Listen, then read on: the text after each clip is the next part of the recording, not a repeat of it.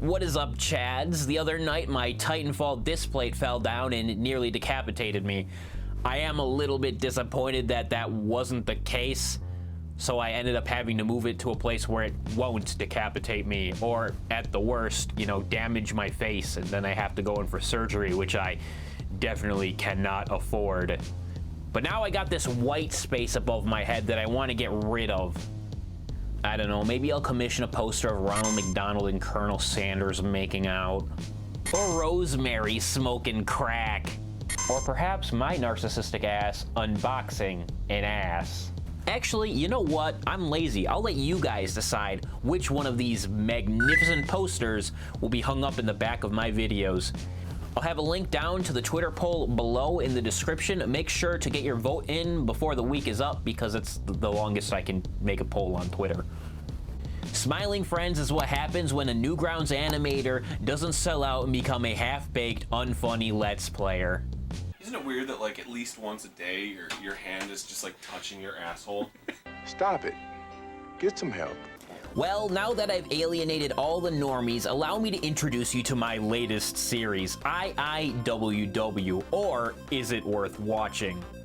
Is It Worth Watching is a series where I watch the first 3 episodes of an anime, a cartoon, or just a regular TV show, and then decide whether it's worth watching. Today we're looking at Smiling Friends, an adult animated sitcom that debuted last month on Adult Swim. Yeah, I know, I'm late. The premise is simple. Pim, an optimistic runt. That's the difference between you and me, Charlie. I believe in destiny! And Charlie, a cynical realist. Dude, this house is insane. There's like 1,000 rooms in here. You have a gym, you got a theater, and you've even got a beautiful animal sanctuary. Are 2 co-workers that work for a company called Smiling Friends.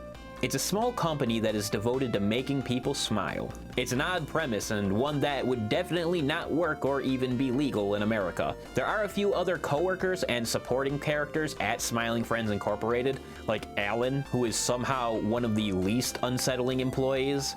Thanks, I'll check it out. By the way, for the record, you should probably knock or make yourself known next time you enter someone's place. Dude, I don't even think you should be in here to begin with. Yeah, not really your business though, is it? When you're living in our office walls, yeah, it kind of is. Yeah. Okay, I'm not doing this right now. Unlike the freakishly bulbous-headed monstrosity known as the Boss. You're energetic today, Mr. Boss. Yep. Probably because I ate up some of them worms earlier. These characters usually carry the B-plot. I'll be avoiding discussing the majority of the B-plots in this video. That's because the episode's runtime is already pretty short. The clients, on the other hand, can be seen as antagonists, not in the villain sense, rather they are ultimately the cause of the conflict that must be resolved.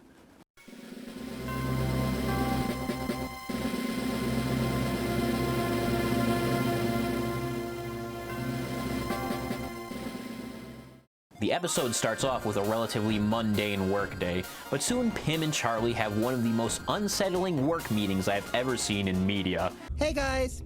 So you got a job? Yeah, but you sort of caught me in the middle of something here. You guys don't have a problem watching someone eat, do you? Not really, no. No, go ahead, man, go ahead. Yeah. All right. They are then given a task to meet a woman's son, who has been, and I quote, a bit mopey. Okay guys, I'm gonna be real with you. This series is no stranger to controversial scenes, and this first one, where we meet Desmond, is proof of that, and it's glorious. The unexpected switch from the light-hearted tone to a scene of an overweight, balding blob of flesh casually holding a 6-shooter to his head is probably the thing I will remember most about this series. Pim and Charlie are able to talk Desmond down for the time being. They then proceed to show him why life is worth living, making new friends, spending time with loved ones, and other dumb shit. Only for Desmond to retort with the most nihilistic of viewpoints. Are the best parts of life really just finding momentary distractions to keep yourself busy so you don't think about the harsh realities of life for a second? I can ride roller coasters, meet new friends, and spend time with my family all day long. it doesn't change the fact that the sun is just gonna explode. And all this was for nothing. You are correct, sir. Absolutely beautiful. In the end, Desmond is able to find a reason not to blow his brains out, and that is simply purpose. I think that is a wonderful moral. Things like friends, amusement parks, and even family will fade in time. However, purpose is something that is both intangible and malleable. Our purpose may change tomorrow. However, we have the ability to change our own purpose, and we own it. We have the power to make our purpose permanent, at least as permanent as we are.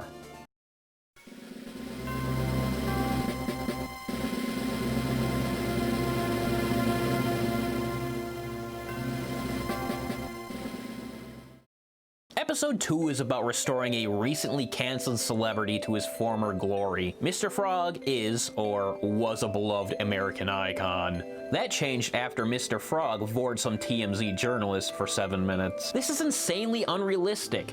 People would be glad Mr. Frog did this, mainly because he's disposing of a useless member of society, journalists, or, you know, just vor weirdos would really enjoy it, I guess. It's a net positive, right? Right? The boss suggests that Pim and Charlie go help Mr. Frog, so they do, or rather they try to. Basically, Mr. Frog is getting replaced and he needs this to stop from happening by winning the favor of the public. However, Mr. Frog sabotages himself at every corner, whether it's from his drug abuse. You know, I had an uncle who killed an entire family in a gruesome drunk driving accident, and he gave away one of those giant check things, and it was totally fine after that. Oh, I'm sorry to hear that, Charlie. But yeah, maybe that could work. Hostility towards fans. Hey, can I get a selfie with you, Mr. Frog? Yep, that's me. You're probably wondering how I ended up in this situation. Or blatant racism. Like, what was the worst part about, like, the whole ordeal, like, working on your show? Probably working with all those filthy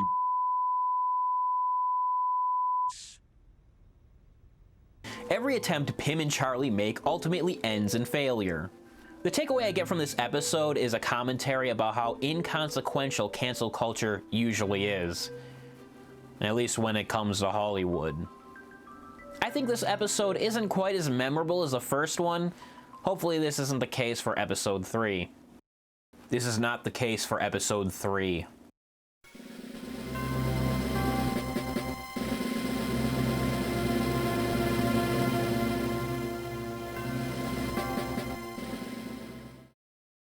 Episode 3 introduces Shmormu, a very important character.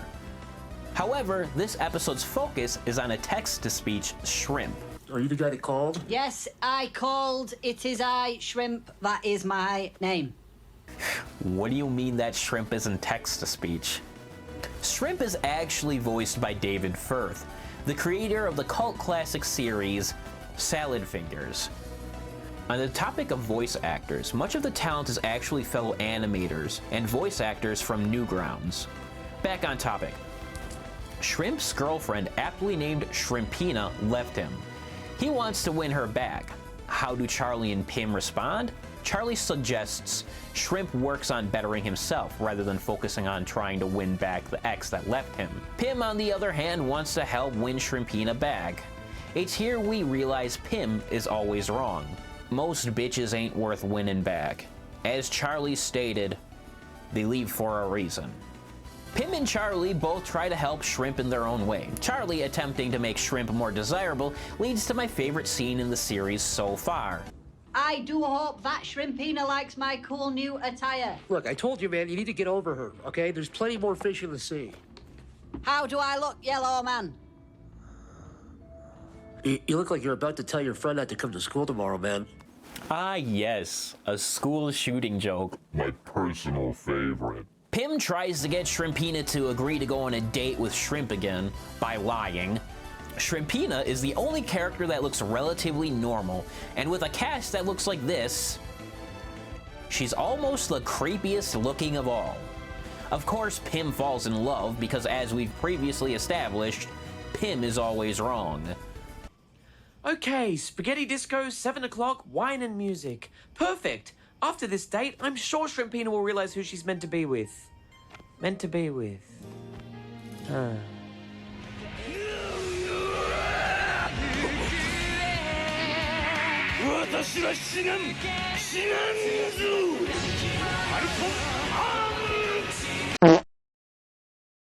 After a sequence of events, all the characters wind up in the same eatery. Pim does something right and takes Shrimpina over to Shrimp. Then it turns out Shrimpina isn't actually Shrimpina. Her name is Jennifer, and she has a thing for 4'6" shrimps with receding hairlines that play Mouse Quest. Is shrimps a word? It's safe to say that these things are the exact reason Shrimpina left. The moral of this episode is simply, no matter how ugly, unfit, or socially inept you, yes, you happen to be, you are somebody's kink.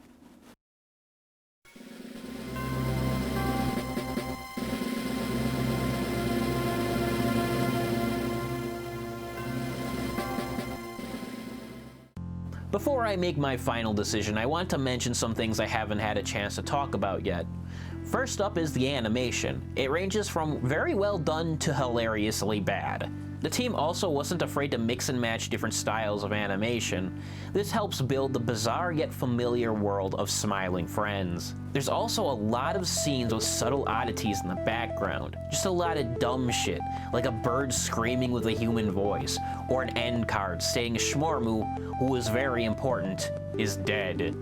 This brings us to the conclusion. Is Smiling Friends worth watching? The answer is yes. Watch Smiling Friends. Smiling Friends brings us real-life problems that are then juxtaposed by the surreal and sometimes nonsensical nature of the world. Some people might argue that it's not that deep, and all I have to say is, it doesn't have to be. Thank you guys for watching the first episode of Is It Worth Watching, especially if you made it this far, because that means I'm doing something right. Just a reminder, we do have the poll for the poster. The link to the poll is in the description below. You got 7 days, because that's all Twitter will let me do. Make sure to vote on that. We might have Rosemary smoking crack in the back of my videos from now on. Who the f